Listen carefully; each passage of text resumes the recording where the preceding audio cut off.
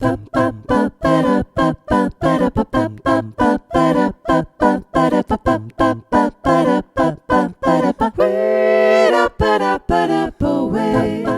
à toutes, bonjour à tous et bienvenue dans Chanter en chœur, ça s'apprend, le podcast des amoureux du chant choral.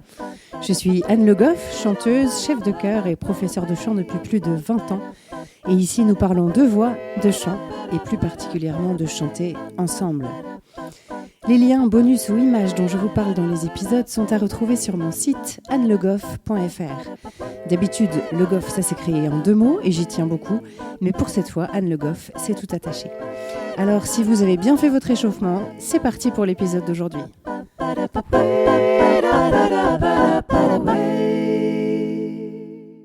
On commence l'épisode du jour avec le « Qui suis-je ?» Et oui, je vous l'avais annoncé dans l'épisode 0, à chaque début d'épisode, je vous donnerai un morceau de mon parcours, une expérience que j'ai pu avoir en tant que chanteuse ou bien en tant que chef de chœur, et ça vous permettra au fur et à mesure d'apprendre à me connaître. Pour aujourd'hui, premier Qui suis-je ? Ça m'a demandé un peu de réflexion parce que j'avais envie évidemment de vous dire tout un tas de choses sur ce que je fais en ce moment et sur ce que j'ai pu faire par le passé. Mais j'ai choisi de commencer avec une pratique de chœur, puisque c'est ça qui nous intéresse, et une pratique de chef de chœur en ce qui me concerne, puisque j'ai la chance de diriger un ensemble de femmes, un chœur de femmes qui s'appelle La Cadencia, depuis maintenant 12 ans. Au moment où j'enregistre ce podcast. Il a été créé en avril 2010 et ce sont 5 femmes qui sont venues me chercher en me disant « Voilà, nous on n'a plus envie de chanter des pièces sacrées en étant debout derrière notre partition. On a envie d'explorer des nouvelles choses, des nouveaux répertoires, peut-être même des percussions corporelles, des choses comme ça. Est-ce que ça te tente ?» Et moi, j'ai dit oui. Et depuis, elles ne sont plus 5, mais elles sont 27. Et c'est vraiment un super grand bonheur de se retrouver chaque semaine. J'avoue que c'est un peu mon laboratoire, mon terrain d'exploration. Je leur propose des exercices toujours plus fous. Et elles le font. Alors du coup, moi je continue. Et puis je continue à leur proposer des trucs de plus en plus perchés, on pourrait dire. Et c'est vraiment hyper intéressant de voir la progression de ces femmes, de voir aussi humainement à quel point on s'est vraiment attachés les unes aux autres. Donc c'est une super expérience pour moi que de diriger ce chœur dans Lyon. Aujourd'hui, le sujet du jour, c'est la notation musicale de base. Alors, je reconnais, ce sera peut-être pas le sujet le plus fun de ce podcast, mais il me semblait intéressant de prendre ce sujet à bras-le-corps pour l'épisode numéro 1 parce que je sais que certaines personnes se trouvent des fois un petit peu perdues devant une partition et c'est absolument normal quand on n'a pas eu l'occasion de faire du solfège ou d'apprendre l'écriture musicale. Alors je me suis dit que ça pourrait être utile à certains et certaines de refaire un petit tour rapide des bases vraiment de la partition. Pour certains d'entre vous, ça va être vraiment beaucoup trop simple et vous savez déjà tout ça. C'est le cas si vous lisez la musique, si vous avez fait peut-être du solfège qu'on appelle maintenant la formation musicale, ou bien peut-être si vous êtes choriste depuis très longtemps. Effectivement, vous pouvez passer à l'épisode suivant très probablement parce qu'aujourd'hui vraiment ce sont les bases. Alors pour d'autres, ce sera l'occasion d'avoir des petits rappels, ça fait jamais de mal.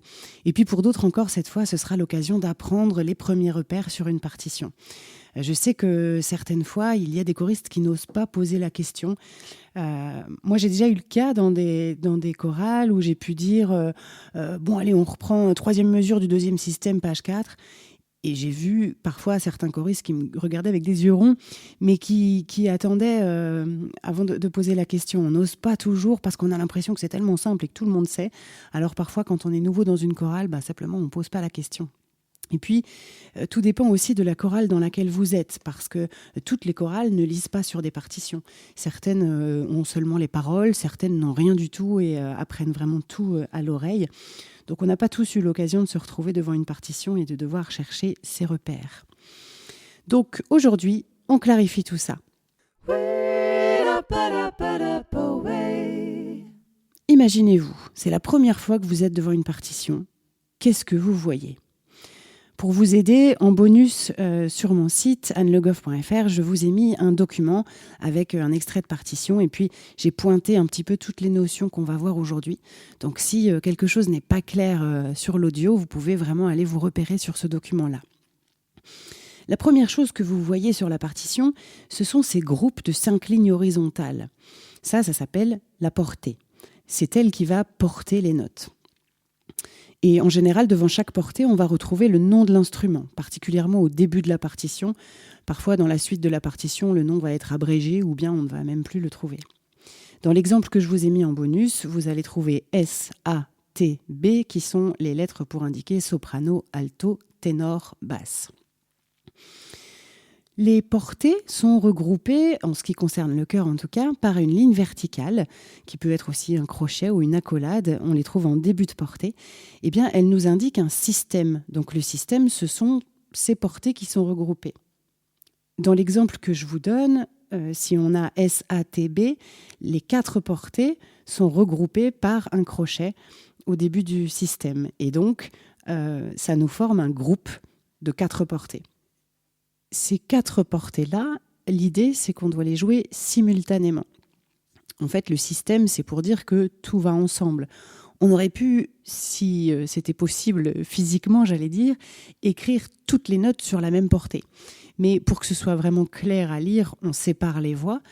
Et donc, les systèmes, c'est une manière de dire toutes ces portées-là sont jouées en même temps.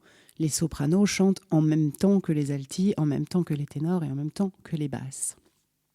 Exemple, sur cette partition, si je suis soprane, je vais lire la première portée. Et une fois à la fin de la portée, bien sûr, je ne vais pas sauter à la deuxième portée, mais je vais sauter à la première portée du prochain système, c'est-à-dire en réalité la 5e portée sur la partition. Voilà, c'est plus clair à l'écrit qu'à l'oral en réalité, donc n'hésitez pas à aller voir le bonus. Au début de chaque portée, on trouve une clé. Alors en tout, il en existe 7 des clés.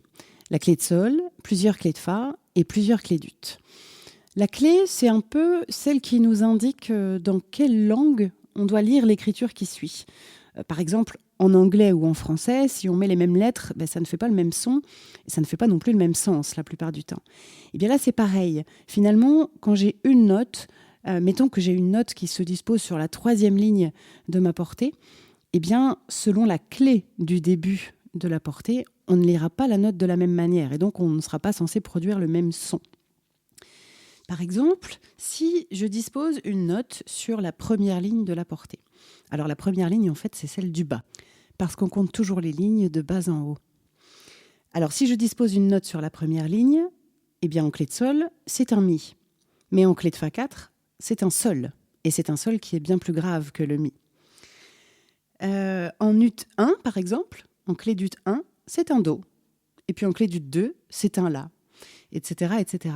Alors, si vous vous rappelez bien, je vous ai dit qu'il y a 7 clés et il y a aussi 7 notes. Et donc là, on finit par comprendre que suivant la clé, une note pourra être en fait toutes les notes. Disons qu'elle pourra avoir tous les noms de notes, si je puis dire. Ce fameux mi de la clé de sol, en fait, peut être n'importe quelle autre note selon la clé dans laquelle on joue. Et c'est pour ça que c'est très important, la clé au début de la portée, parce que c'est important de savoir quel langage on va parler dans cette portée. Fort heureusement pour nous, en chœur, on rencontre principalement 2 clés qui sont la clé de sol et la clé de fa. Ce sont vraiment les plus habituelles. La clé de fa qu'on rencontre, c'est en réalité la clé de fa 4, parce que oui, il existe aussi une clé de fa 3, mais rassurez-vous, on l'utilise vraiment très très peu et quasiment jamais en ce qui concerne les chorales. Les femmes, elles chantent toujours en clé de sol. Les basses et les barytons, eux, ils chantent toujours en clé de fa. Et puis les ténors, ces voix aiguës des hommes, ils chantent en clé de sol, mais cette clé de sol, vous pourrez remarquer qu'elle est un petit peu étrange, elle a un 8 en bas de sa petite boucle. Ce 8, il signifie que le son réel qui doit être chanté par le pupitre, par les ténors, se situe en réalité une octave en dessous de ce qui est écrit. Donc, si je fais le point, la partition pour eux, elle est écrite une octave au-dessus du son réel. Sauf dans les cas où la partie de ténor est écrite sur la même portée que la partie de basse. Dans ces cas-là, la partie de ténor, elle est écrite aussi en clé de fa. Alors, on aura l'occasion de parler dans d'autres épisodes des octaves, des tessitures. Donc, si jamais baryton ou octave, ça ne vous dit rien, on aura l'occasion d'y revenir. Reprenons maintenant notre histoire de système. Dans chaque système et sur chaque portée, en fait, on trouve périodiquement des barres de mesure. Donc ce sont des barres verticales, toutes simples. Ces barres de mesure, eh bien, elles délimitent l'espace qu'on appelle donc la mesure, cette fameuse mesure dont on a tous entendu parler. La durée, en fait, la taille de cette mesure, elle est conditionnée par des chiffres qu'on trouve au début de la portée. Ça s'appelle le chiffrage de mesure. On peut trouver 2-4, 3-4, 4-4, 2-2, 6-8, 12-8. Ça, ce sont les plus habituels, mais il en existe bien d'autres encore. Sur l'exemple que je vous ai donné, peut-être vous êtes surpris si vous le suivez en m'écoutant, parce qu'il n'y a pas de chiffre, il y a en fait un C. Alors le C, on l'utilise parfois pour dire 4-4. Et parfois, vous trouverez aussi un C barré, et celui-là, il veut dire 2-2.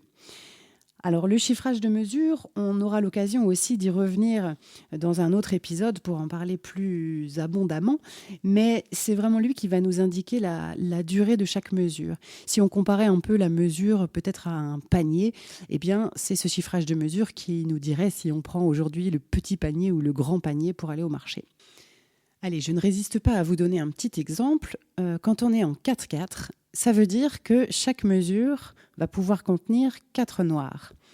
Alors ça ne veut pas forcément dire qu'on aura uniquement ces 4 noirs. Si je reprends l'exemple du panier, imaginons qu'aujourd'hui, j'emporte un panier susceptible de contenir 4 pamplemousses. Je ne suis pas obligée de mettre 4 pamplemousses. Je peux aussi décider de mettre 8 oranges, ou bien 4 oranges et 2 pamplemousses, ou bien encore 2 pamplemousses et laisser du vide. Eh bien, dans la mesure, c'est la même chose. C'est-à-dire qu'on sait que dans une mesure, j'ai l'espace pour mettre 4 noirs. Je peux décider de mettre 8 croches, ou bien de mettre 2 noirs et 4 croches, ou bien encore de mettre des silences, soit sur toute la mesure si j'en ai envie, soit sur la moitié, etc. Je peux faire ce que je veux à partir du moment où le total de ce que je vais mettre dans ma mesure est équivalent à la durée de 4 noirs. Ensuite, et bien sur la portée, on va trouver tout simplement les notes et les rythmes. Alors, les notes, elles sont composées d'une tête, c'est, si je puis dire, le petit rond, le petit ovale plus exactement. Et puis, l'autre élément de la note, c'est la hampe. La hampe, c'est tout simplement la queue de la note. Elle va vers le haut ou vers le bas. Ça, en réalité, c'est pas très important, c'est juste un confort d'écriture et de lecture. C'est-à-dire que si votre tête de note est placée plutôt en bas de la portée, on aura tendance à mettre des hampes vers le haut, pour que ça ne dépasse pas trop en dessous. Et à l'inverse, si la note est plutôt en haut de la portée, on mettra plutôt les hampes en bas. Alors ça, c'est pas toujours vrai parce que si on écrit par exemple 2 voix sur la même portée, ce qui est possible, alors dans ce cas-là, on mettra les hampes de la voix du haut vers le haut et les hampes de la voix du bas vers le bas. Mais ça, en réalité, ça ne change rien. Ça ne modifie pas le rythme et ça ne modifie pas non plus la hauteur de la note. C'est vraiment une question de confort d'écriture et de lecture.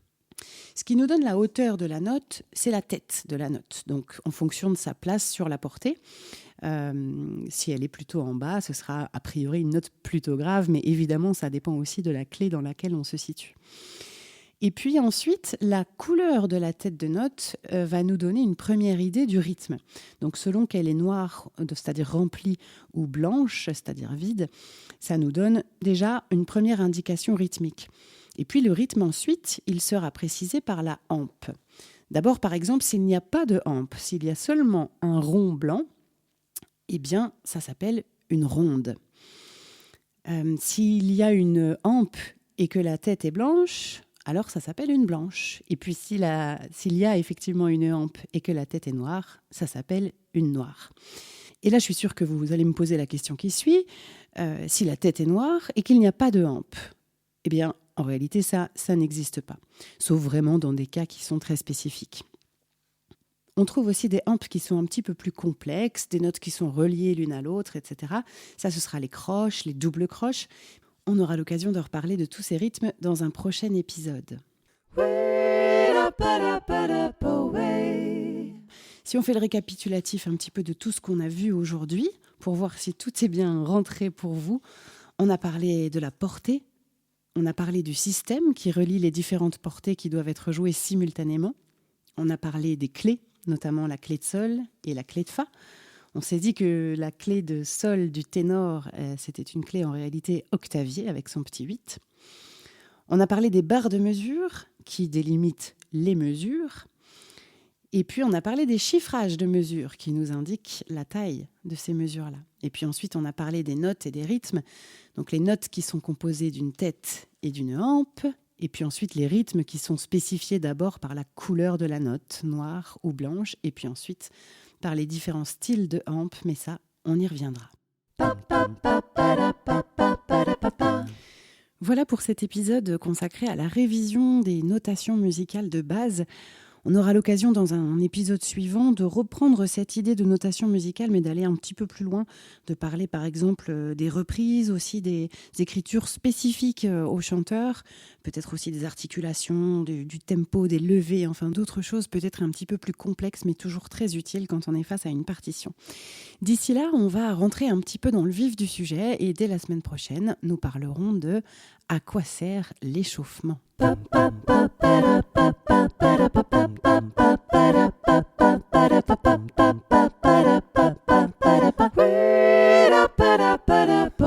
J'espère que cet épisode vous a plu. Si c'est le cas, je vous invite à vous abonner au podcast pour ne pas rater les épisodes suivants et surtout à me mettre plein de petites étoiles et de commentaires sur la plateforme où vous l'avez trouvé. Ça me sera d'une grande aide pour le faire découvrir à davantage de passionnés de chant en chœur.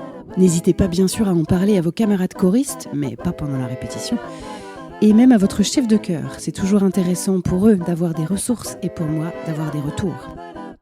Si vous aimez mon travail, vous pouvez aussi me soutenir en prenant un abonnement sur Patreon. C'est une plateforme de financement participatif et les abonnements démarrent à 1 € par mois. Ça me permettra de continuer sereinement à réaliser ce podcast. Rendez-vous sur le site Patreon, Patreon, et vous cherchez Chanter en chœur tout attaché. Sinon, le lien est aussi disponible sur mon site annelegoff.fr, onglet podcast, où vous trouvez les bonus de chaque épisode. N'hésitez pas là aussi à me laisser des commentaires, vos questions ou les sujets que vous aimeriez que j'aborde. Merci à tous, on se retrouve la semaine prochaine pour un nouvel épisode de Chanter en chœur, ça s'apprend. D'ici là, prenez soin de vous et de votre voix.